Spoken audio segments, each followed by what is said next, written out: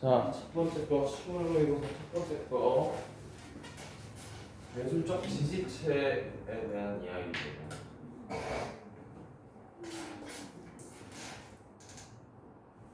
요즘 예술이 아니야.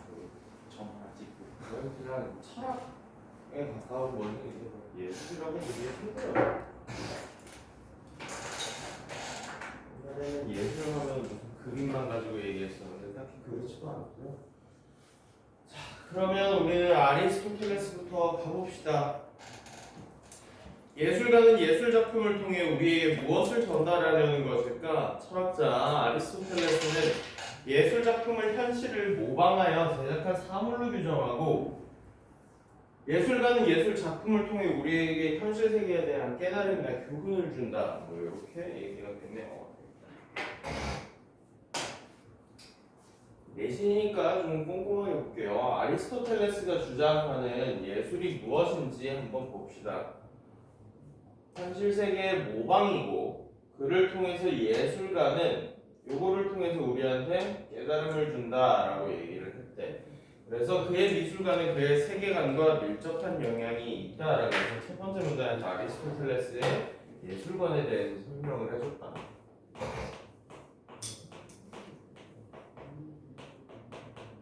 아리스토텔레스는 이제 뭐 고등학교 2학년 정도 됐으면 이 정도 사람은 기본적으로 알아야지. 이 사람 모르고는 철학지문에 접근이 안 돼요. 예술은 뭐다? 현실을 모방이다.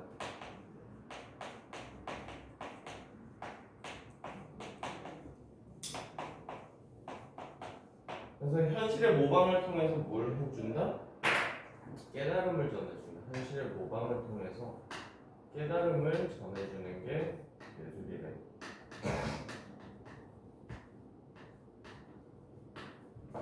두 번째로 넘어가시면 별 얘기 없죠.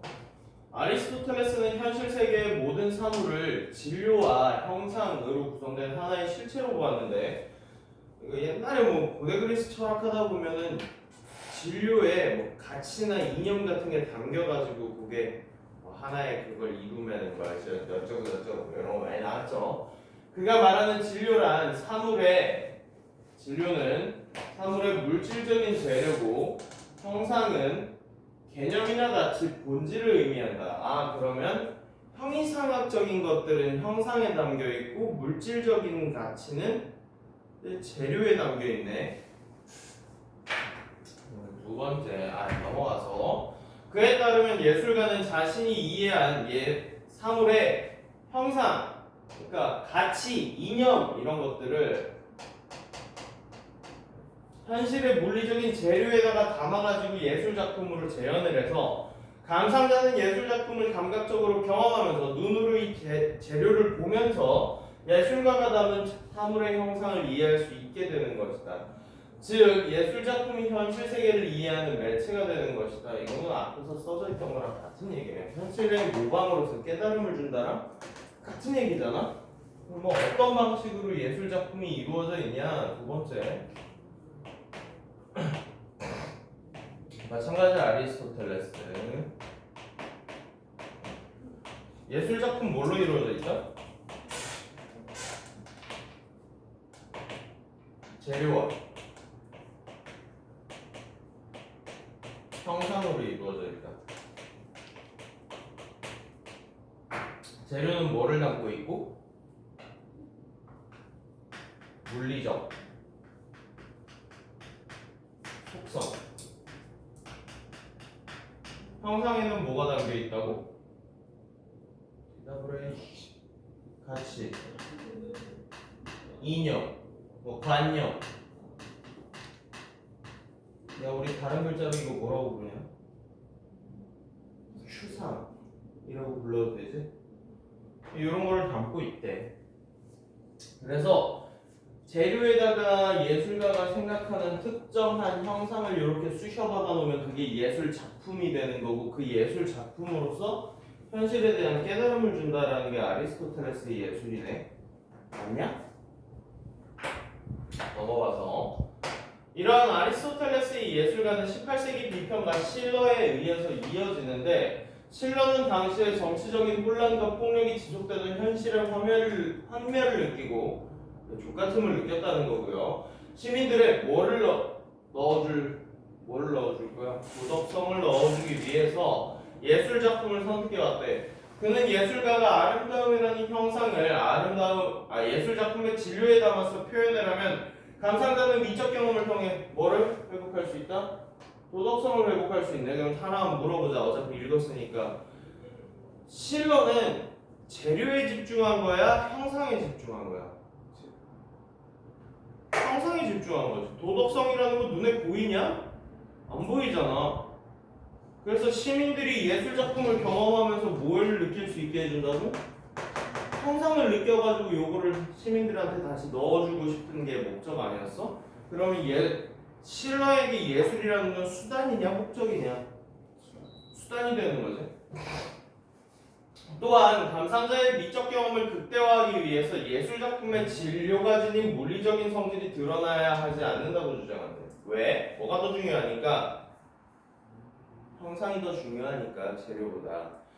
예를 들어 조각가가 대리석을 표현하여 인체의 고운 피부를 표현하고자 할 때 고운 피부를 표현하고자 하는 뭐를 가졌어? 생각을 가졌어. 난 그런 생각을 가졌어. 대리석이 지닌 표면의 거층 특성이 드러나지 않아야 매끄러운 피부의 매끄러운 피부의 미적 가치가 온전히 전달되는 것이다. 그래서 얘는 미적 가치에다 집중을 하는구나.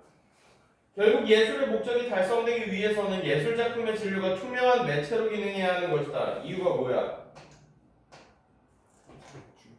가치가 훨씬 더 중요해. 가치, 여기서 나오는 형상이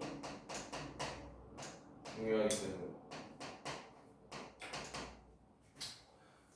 내신이니까 요약을 해가면서 갈게요. 세 번째 실론입니다. 그러면 정리해서 실러에게 예술은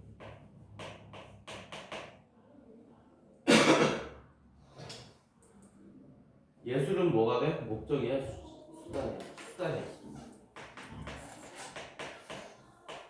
어떤 수단이냐? 형상을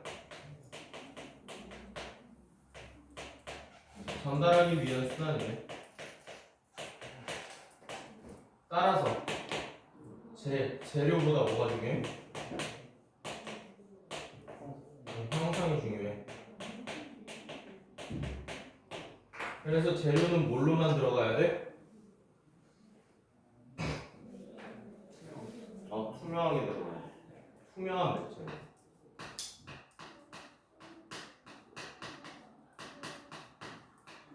쉽죠? 넘어가서 반면 해놨으니까 다른 새끼 안에 다른 놈의 생각이 하나 들어가겠죠.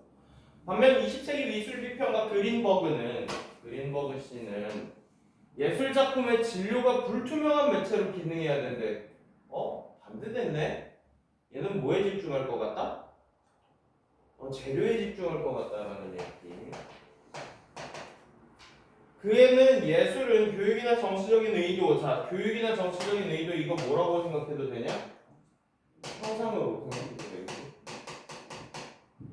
실현하는 수단이 되어서는 안 되면 예술 그 자체가 목적이 되어야 한다고 주장했대. 그래서 예술가가 진료의 물리적인 성질이 갖는 표현성에 주목을 해야 하며 우리가 생각한 게 맞네. 여기에다 집중하겠다는 거 재료에다 집중하겠다는 거지. 예술 장르 그 자체가 가지는 순수성을 실현하기 위해 노력해야 한다. 가령 화가가 캔버스 펴면 어떤 물리적인 특징이 가지고 있겠지. 캔버스마다 내가 그림은 잘 몰라서 뭐 거친 캔버스도 있을 것이고 상대적으로 좀 매끄러운 캔버스도 있을 것이고 잘 몰라요. 그림 제가. 물감의 색채와 질감 등에 집중할 때, 그러니까 물리적 속성에 집중할 때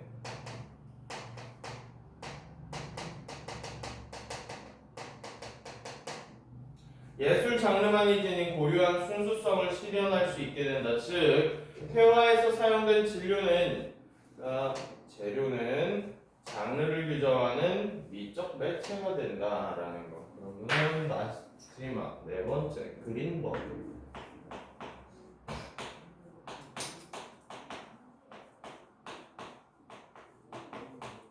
실로와는 달리 예술이 뭐가 돼야 돼? 그 자체가 목적이 돼요. 그래서 뭐를 가지면 안 돼?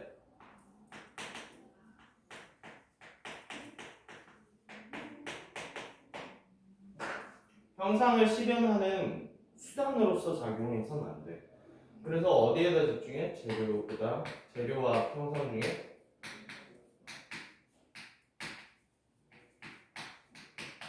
재료가 더 중요해. 그래서 이거를 어떻게 불렀어? 재료는 투명해야 된다, 불투명해야 된다? 불투명해야 된다. 그리고 좀 더 구체적으로 가면 재료라는 것의 특징은 어떻게 드러나 있어? 물리적으로 드러나 있어.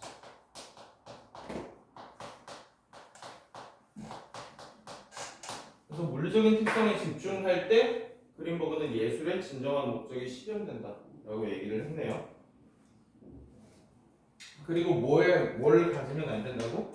특정한 의도라든지 이거는 의도 뭐 정치적인 거, 뭐 교육적인 거 이런 거 하지 마. 그냥 물리적인 특성만 봐야지 예술 그 자체를 이해할 수 있어 라고 얘기했네요. 자, 이게 가였고요. 생각보다 정리하니까 별거 없잖아. 자, 1900 맞지? 1968년 예술가 브로타스가 자신의 아파트에 전시한 현대미술관 독수리부라는 제목의 설치물은 당시 예술계에 반향을 일으켰다. 독수리라는 주제에 따라 그림과 사진 등을 수집한 후 번호를 붙여 이 미술관의 작품들처럼 전시한 이 설치물을 예술이라고 규정할 수 있는 기준이 없었기 때문에 사람들이 되게 당황했대. 요즘 현대미술 있잖아. 그 화장실에 변기 뚝 떼어가지고 갖다 놓고서 이거 예술가인데? 이 예술인데 이거? 아 이건 무슨 의미를 담을까? 뭐 요지랄을 한 거잖아. 지금은 우리 그거 뭐라고 규정하냐? 현대미술이라고 규정하는데 딱히 그때는 현대미술이라고 규정할 만한 단어 같은 게 없었나 봐. 이에 로잘린드 크라우스라는 사람은 이러한 예술계의 상황 뭐라고 부르냐? 좀 줄여봐. 앞에 나와 있는 걸로 이어주면 되지. 규정할 수 있는 단어가 딱히 없었을 때 포스트 매체 조건이라고 명명하며 기술적 지지체라는 새로운 매체 개념을 만들어냈대. 네 번째, 다섯 번째지. 이어서 할게요. 첫 번째, 두 번째 안 하고. 이름이 무엇이라고요? 크라우스.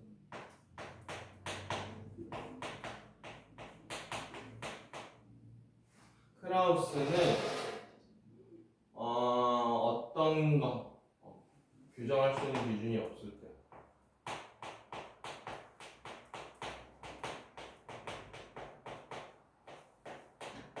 규정 기준이 없을 때 이걸 포스트 매체 조건이라고 불러놨고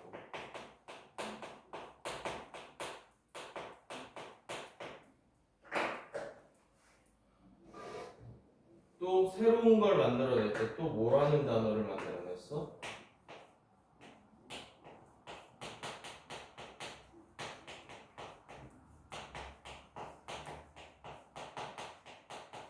기술적 지지체라는 새로운 매체 개념. 그러면은 뒤에 뭔 설명 나오겠냐? 기술적 지지체에 대해서 알려주겠지.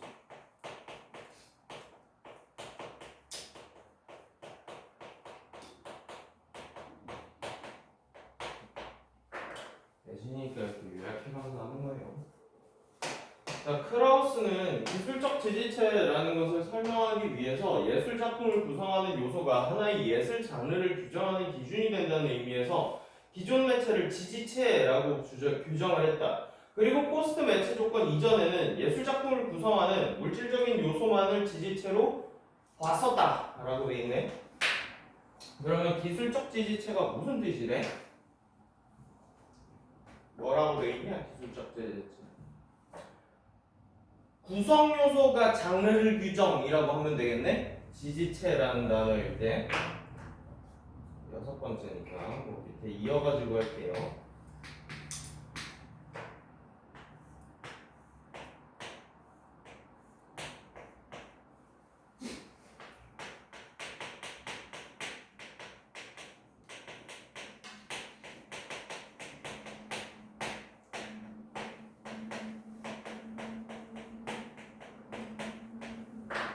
구성 요소가 장르를 규정한다라고 했다. 그리고 포스트 매치 조건 이전에선 포스트 매치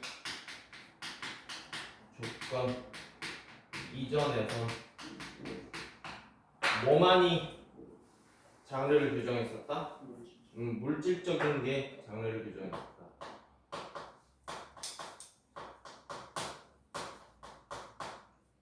물질적 특징이 장르를 규정했다.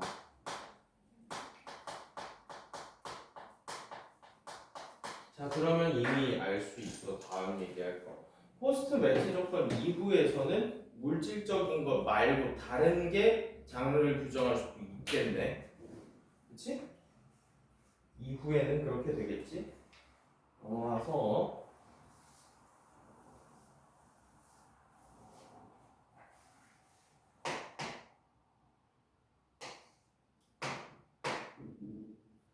그래서 요럴 때를 물질적 지지체라고 불렀대요. 추가적으로 들어가 있네요. 이때를 물질적 지지체라고 불렀고,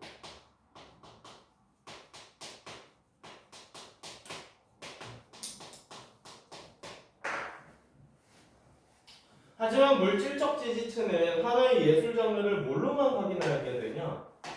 다른 거는 관계없이 물질로만 관계하게 되잖아. 지적하면 예술 작품을 구성하는 공간, 소리, 대상이 지닌 이미지와 같은 비물질적 요소도 지지체로 인정을 해야 한다고 생각을 했다. 그래서 포스트 매치 조건 이전에는 물질적인 특징이 장르를 규정하게 됐대. 그렇다 보니까 뭐에만 집중하게 되냐?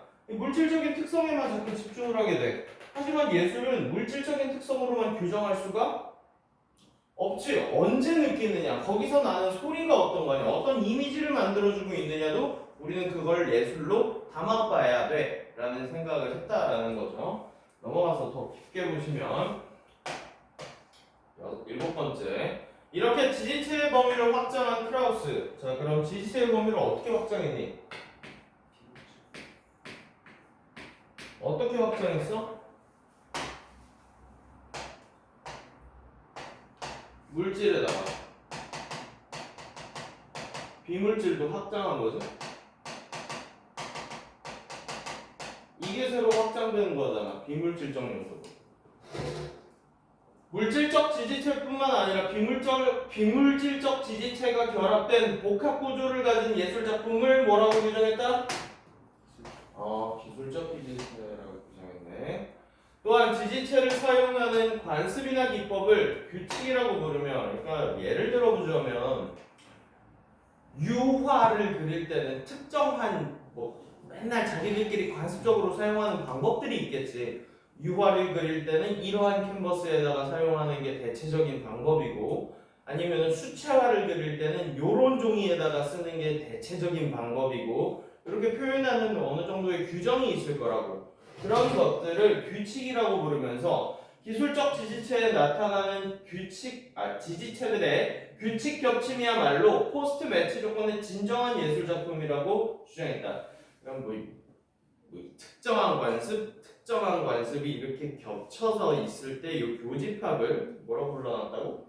규칙 겹침이라고 불렀대. 이때 규칙 겹침이란 기술적 지지체 내 지지체들과 그것이 가진 규칙이 서로 맞물리면서, 자, 기술적 지지체 내에 지지체들은 뭐가 있냐? 두 개 있는데,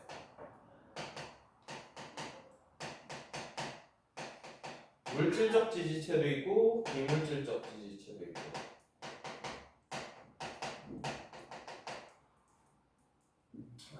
물질적 지지체도 특정한 뭐를 갖고 있어? 규칙도 가지고 있고 비물질적 지지체도 규칙을 가지고 있는데 얘네들이 이렇게 교집합이 생기는 부분이 생길 거 아니요? 요 부분 요게 규칙 겹침이고 새로운 그러면 이 규칙 겹침이 뭐를 만든다고? 새로운 규칙을 만들고 그 기술적 지지체만의 미적 효과를 발생시키는 현상이다. 정리해볼까? 빡센데? 여기가 살짝 빡세네요. 자, 기술적 지지체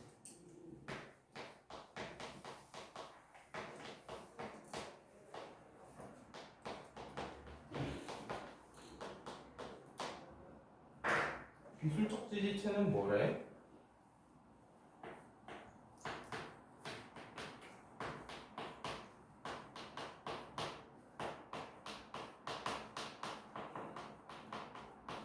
물질적 지지체와 비물질적 지지체를 모두 가지고 있어.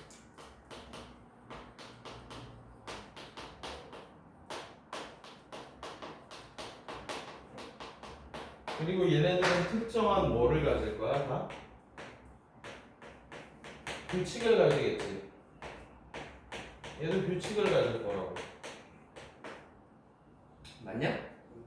그러면 규칙이 가진 범위가 이렇게 두 개가 겹칠 때가 있겠지? 그러면 이 부분이 뭐가 된다? 규칙 겹침이고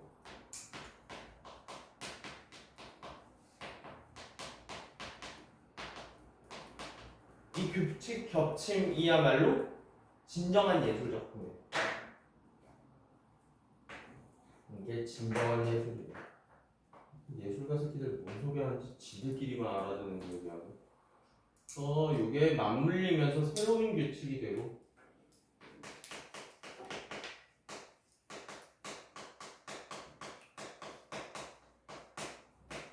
이게 진정한 예술이죠.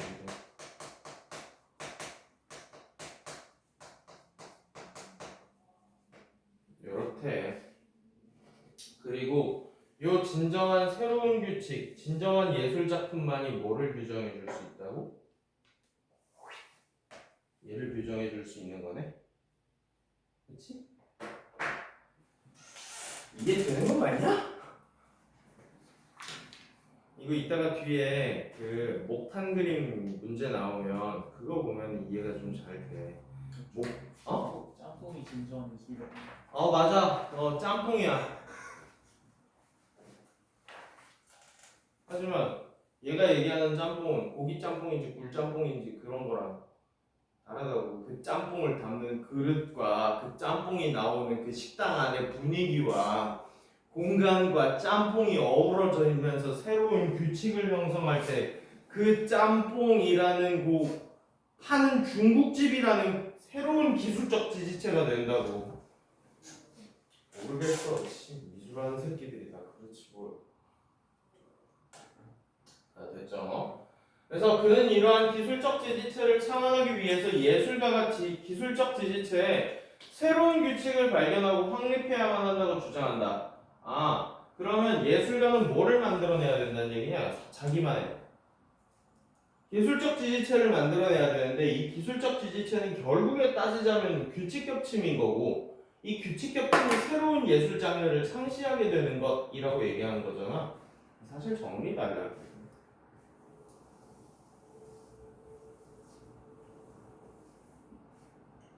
봅시다. 계속 읽어볼게요. 그래서 기술적 지지체를 창안하기 위해선 새로운 규칙을 발견하고 확립해야 돼. 그에 따르자면 기술적 지지체의 창안은 예술가의 의지나 역량만으로 가능한 게 아니라 예술가가 기술적 지지체의 가능성을 우연히 포착해 규칙을 확립함으로써 가능하다. 쉽게 말 바꿔볼게. 의도를 가지고서 이게 꼭 튀어나오지는 않는다고. 어쩌다 보니까 새로운 규칙이 돼버렸네? 오, 괜찮은데 이걸로 예술을 해보자 라고 할 수도 있다고. 또한 예술가는 현재 사용되는 지지체를 기존의 규칙대로만 사용하지 말고 새로운 기술적 지지체와 결합하는 작업을 통해서 기존에다가 새로운 규칙을 짬뽕시켜가지고 예술에서 사용하는 매체를 확장하기 위해서 노력해야 한다고 역설한다. 힘주어 말한다고. 왜냐하면 그것이 포스트 매치 조건에서 다양한 지지체로 새롭게 시도하는 예술가들을 이것을 예술이 아니다로 구속하는 굴레에서 벗어나게 하고 요것 또한 예술이다라고 지지하는 바탕이 되기 때문이다. 여기 이해되니? 여기 이해되니?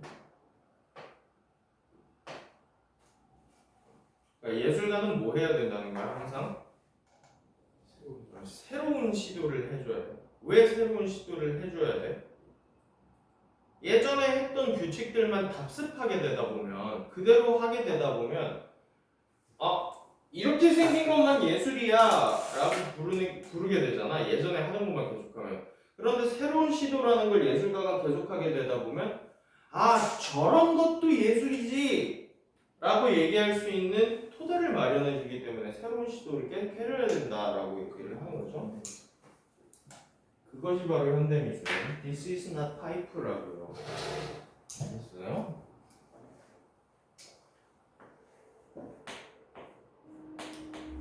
우리 같은 범인들이 보기에는 뭐 저딴 것도 예술이야가 돼버리겠지만 그들끼리는 이것도 예술이지가 된다고요. 8번째, 그래서 기술적 지지체를 창안하기 위해서는 새로운 시도.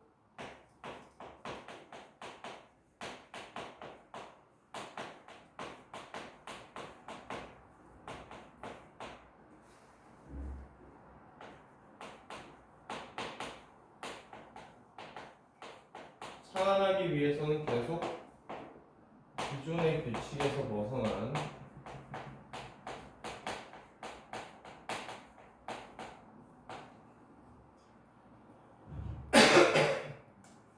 규칙대로만 사용하지 말고 기존의 규칙을 어떻게 한다고? 결합시키려고 해야 돼. 뭐랑? 새로운 기술적 지지체. 새로움을 자꾸 추가시켜내야 돼. 그래야지만 뭐가 되니까? 새로운 예술의 창안의 토대가 된다고. 새로운 예술의 토대가 된다고 이렇게 해야지.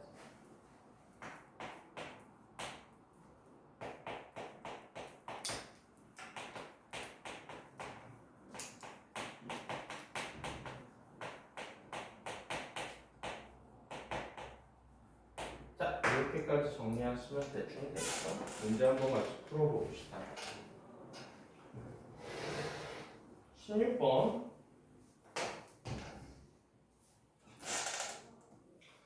자, 가와 달리 나는 화재에 대한 여러 학자의 관점을 사례로 들었다 했는데 가도 여러 사람 나왔네. 실러도 나왔고 그린버그도 나왔고 누구냐 아리스토텔레스도 나왔고 달리가 안 되고요. 가와 달리 나와 달리 가는 여기 한 개 나왔냐? 가에 한 개는 나온 게 없다. 나와 달리 가는 특정 관점과 관련된 개념을 정의한 후에 이와 관련된 학자 사이의 견해를 비교하고 있다. 자, 비교는 가가 했지 실러랑 그린버그 투명 불투명 맞는 말. 가와 나 모두 특정 견해를 뒷받침하는 다른 견해를 제시하고 사회적 현상을 분석했어? 뒷받침하는 다른 견해는 나온 게 있냐?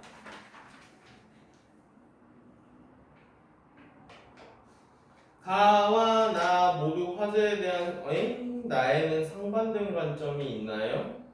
없는데 나에는 상반된 관점이 없어요. 답은 3번입니다. 문제는 술술 풀릴 거예요. A가 투명이고 B가 불투명이고 였던 것 같은데 자, 재료의 투명성을 가져야 한다라는 A에는 작품은 현실 세계를 반영해야 한다는 의미야? 맞아? 맞지? 뭐 현실 세계의 모방이라며. 예술가가 가진 현실 세계의 모방을 재료에다가 구현해내는 거라며. 뭐 괜찮다고 볼 수 있지. 그러면 진료가 불투명한 매체에는 작품에게 교육적 가치가 있어야 돼? 야, 다른 가치 섞이면 돼? 안 돼? 안 돼. 불투명하게. A에는 예술 작품의 진료가 미적 경험을 촉진해? 진료는 방해해. 그치? 반대로 돼 있지? 반대로 꺾여 있지. 자, 진료가 투명한 매체에는 예술가가 작품에 진료가 지닌 성질을 최대화하면 안 되지. 물리적인 성질을 최대화시킨다는 얘기니까 이러면 안 되지. 자, 진료가 투명한 매체에는 감상자가 예술 작품을 통해 도덕성을 함양할 수 있어야 한다. 문제 없지? 작가의 의도를 함양할 수 있어야 한다. 자, B에는 진료가 불투명한 매체에는 감상자가 예술 작품을 통해 이런 교육적인 목적 싸움은 있으면 돼, 안 돼요? 안 돼, 그냥 감상만 해야 돼. 자, 진료가 투명한 매체에는 예술의 목적이 예술가의 의도가 감상자에게 온전히 전달된다. 여기 문제 없지? 그 다음에 진료가 불투명한 매체에는 예술의 목적이 예술의 순수성을 실현하는 거. 그것도 문제 없네. 예술 그 자체가 목적이 돼야 된다는 거. 다 5번이에요. 나머지 지지체에 대한 설명으로 이해가 적절하지 않은 걸 고르랍니다. 호스트 매체 조건에서는 사물의 소리도 지지체가 될 수 있다. 비물질적인 것도 지지체가 될 수 있다. 같은 말이죠. 호스트 매체 조건에서 규칙은 지지체를 사용하는 관습이나 기법을 말한다. 여기 그대로 써져 있죠. 호스트 매체 조건에선 지지체들이 결합해서 또 하나의 새로운 지지체로 할 수 있다. 규칙 겹침. 호스트 매체 조건 이전에는 매체를 구성하는 물질적인 요소의 규칙이 예술작품으로 인정되었다. 야, 물질적인 요소의 규칙이 인정된 거야? 그냥 물질적인 요소만이 예술작품으로 인정된 거야? 물질적인 요소만이 규칙이 안 되는 거야. 자, 맨 밑에 호스트 매체 조건 이전에 사용되던 지지체, 물질적인 것은 호스트 매체 조건의 기술적 지지체에 사용될 수 있다. 물질적인 것도 사용될 수 있지. 비물질적인 것도 사용될 수 있고. 자, 봅시다. 화가 A씨는 현대인들의 희생의 가치를 모른다고 비판하면서 약간 실러 느낌 나는데? 자신의 어머니를 모델로 눈에 보이지 않는 모성애라는 가치를 집중했대. 그래서 초상화를 그려서 전시했는데 어머니의 얼굴에 새겨진 주름을 입체적으로 그려냄으로써 자신을 위해 헌신했던 어머니의 희생에 담긴 숭고한 아름다움을 캔버스에 표현했다. 이 새끼 실러네. 어머니라는 존재의 의미와 희생의 가치를 알게 한다고 평가했다. 그러면은 뭐가 중요하면 안 될까? 캔버스랑 물감의 중요성은 없어야 돼. 그렇지? 약간 실러 느낌 나네요. 교육적인 거네요. 교육적인 가치를 지닌 거네. 투명, 불투명? 투명.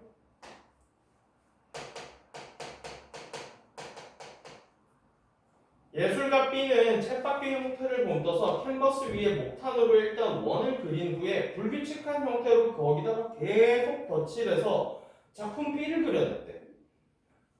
일단 물질적인 작품 B. 목탄의 거친 질감이 쌓여가는 순간순간을 16mm 카메라로 촬영을 했고 완성된 목탄화 작품 B를 미술관 벽에 걸어두고서 거기다가 촬영했던 영상들을 B 위로 계속 연속해서 비추는 작품 C라는 전시물을 미술관에다 출품했다. 자, 물질적인 지지체에다가 뭐를 계속 영상이라는 거를 더 씌운 거죠, 여기다가. 그래서 결국에 작품 C라는 새로운 여기 규칙 겹침을 통해서 새로운 작품이 만들어졌네. 여기까지 괜찮?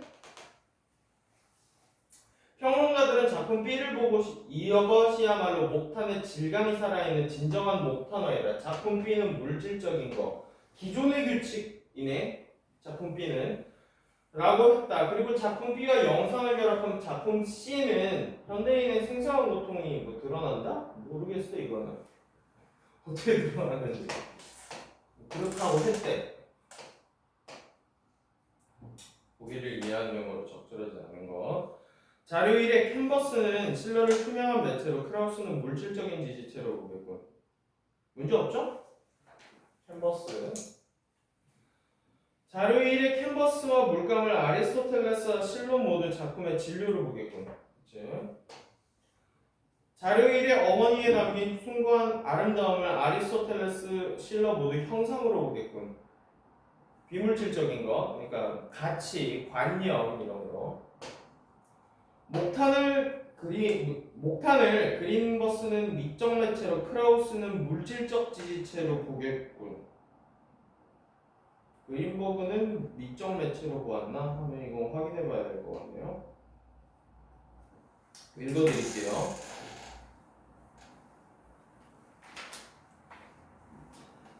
회화에 사용된 진료는 회화라는 예술 장르를 규정하는 미적 매체가 되는 것이다. 목탄 미적 매체 맞네.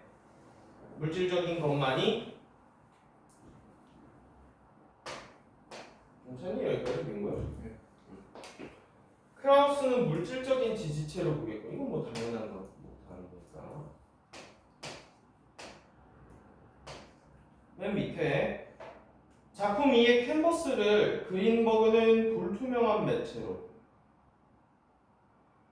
크라우스는 작품 C에 활용된 작품 B를 비밀. 작품 B는 물질적이지.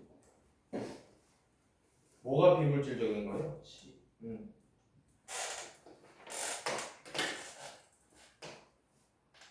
윗글을 읽은 학생들이 학자의 입장에서 보기에 대해 보인 반응으로, 아리스토텔레스는 자료 1에서 초상화와 자료 2에서 작품 B는 모두 형상과 진료로 구성된 하나의 실체라고 보겠군. 초상화도 그림, 그 다음에 목탄화도 그림. 뭐를 그린 그림? 아리스토텔레스는 자료 2의 B 보고 뭐를 그리었다고 할 거야? 쳇바퀴 그렸다고 할 거 아니야.